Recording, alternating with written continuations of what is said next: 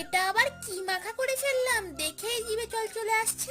এত দারুণ খেতে হবে জানলে গাছের সব টমেটো পেড়ে মাখিয়ে ফেলতাম। এই গরমে বিকালের দিকে টকটক খেতে কার না ভালো লাগে বলো। তাই কি মাখা করব ভাবতে ভাবতে গাছে দেখি লাল লাল কয়েকটা টমেটো পেকে আছে। তবে আর কি, সব টমেটো গুলো নিয়ে বসে পড়লাম মাখা করতে। আর টমেটোর কালারটা দেখছো একদম পাকা টুসটুসে লাল। আজ থেকে আমি মাখার ভিডিও স্টার্ট করছি। পরের দিন কি মাখার ভিডিও করব তোমরা কমেন্টে বলো। টমেটো গুলো কেটে নিয়েছি, এবার দিয়ে দিচ্ছি বিট লবণ, লঙ্কার গুঁড়ো আর যেটা মেন জিনিস পাকা তেঁতুল। তারপরে দিয়েছি লেবু পাতা, দুটো কাঁচা লঙ্কা আর সাদা লবণ। এবার ভালো করে লবণের সাথে লঙ্কাটাকে ডলে নিয়ে সবকিছুকে একসাথে চটকে চটকে মাখতে হবে। কি দেখেই জিভে জল চলে আসছে? আমার তো এখন ভয়েস দিতে দিতেও জিভে জল চলে আসছে। আচ্ছা তোমরা কি কখনো টমেটো মাখা খেয়েছো?